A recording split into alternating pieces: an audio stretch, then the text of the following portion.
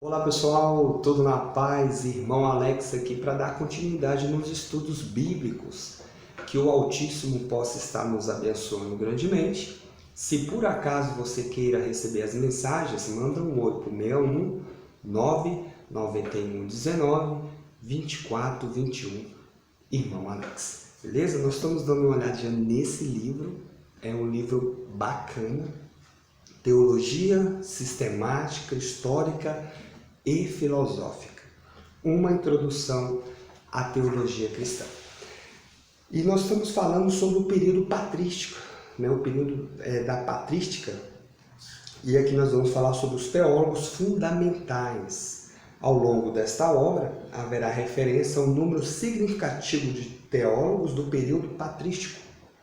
Contudo, apresentaremos a seguir os 6 escritores cuja importância singular merece ser destacada com uma menção especial. Então, nós já vimos o vídeo do Justin Martyr, agora nós vamos ver o que fala sobre o Irineu de Lyon, do ano 130 ao ano 200. Lembrando que esses teólogos aqui, conhecidos como os pais da igreja, eles são responsáveis de muitas doutrinas que a igreja, no decorrer da história, até nos dias atuais, no século XXI, tem muitas doutrinas que ainda estão vivas através desses homens do passado, que praticamente trouxeram a base dos dogmas, das doutrinas que foram colocadas lá no início. Acredita-se que Irineu tenha nascido em Esmina, na atual Turquia. Embora posteriormente tenha se estabelecido em Roma, tornou-se por volta de 178 bispo de Lyon, posição que ocupou até a sua morte. 2 décadas depois, Irineu é especialmente notável por sua defesa veemente da ortodoxia cristã, em face da objeção apresentada pelo gnosticismo.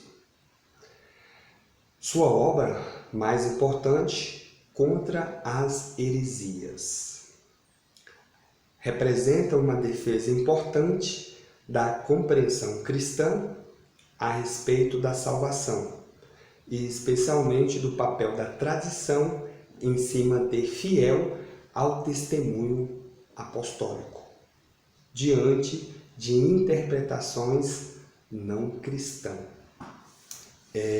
Só traz essas informações com relação a Irineu, mas já dá para a gente entender um pouquinho.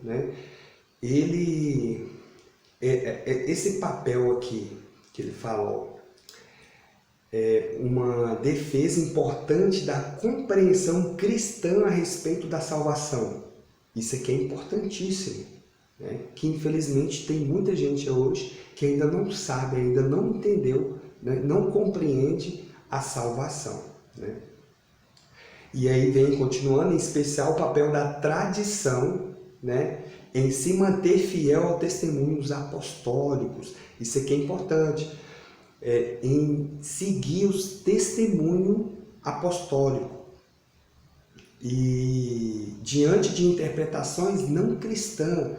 Então, nesse período, no ano 130 ao ano 200, já tinha pessoas, teólogos, vamos dizer assim, que não era cristão e estava já trazendo interpretações daqueles textos ali que circulavam naquele período, aquelas cartas de recomendações que eram ali dos irmãos que aceitavam o Messias, que fazia parte da comunidade ali dos escolhidos, dos eleitos, vamos dizer, dos nazarenos. O nome antigamente era os nazarenos, e posteriormente levaram essa ideia de cristão. Então, ele trouxe aqui umas informações bacanas, positivas, e que existia já naquele período, no ano 130, pessoas não cristãs que estavam querendo interpretar textos que se você for ler hoje alguns textos ali do Novo Testamento, não precisa, não carece de interpretações. Existem textos ali que são literais, estão narrando histórias, né? Estão passando orientações. O que você pode ter um pouco, o que você pode buscar um pouco é um pouco do conhecimento da cultura, para você entender com relação a algumas escritas, né? Mas mais para frente nós vamos ver que teve pessoas que defendiam interpretações, né, que ia totalmente contrário, né, com relação ao que foi ensinado ali, né, pelos apóstolos. Então é importante a gente destacar que muitos desses teólogos eles não seguiram a tradição apostólica. Muitos, infelizmente, acabou sendo envolvido ali pela filosofia e também pelo gnosticismo. Então, é um problema histórico que, infelizmente, se introduziu, né, no meio da igreja e, desde aquele período, cada ano que passou para frente, foi se misturando cada vez mais com o paganismo. Então, nós vamos fazer um outro vídeo falando sobre um próximo pais da igreja, né, para que não venha ficar o vídeo muito grande, e vemos que tem problema. Lá no início teve problema. Infelizmente hoje está aí o retrato do que fizeram lá no passado. Não com os apóstolos, não com o Messias, mas depois, né, da partida dele. O próprio tem uma carta lá de recomendação que fala, ó, depois da nossa partida entrarão no meio de vós lobos, devoradores, e não pouparão o rebanho. Então isso já foi avisado pelos próprios apóstolos que iriam acontecer.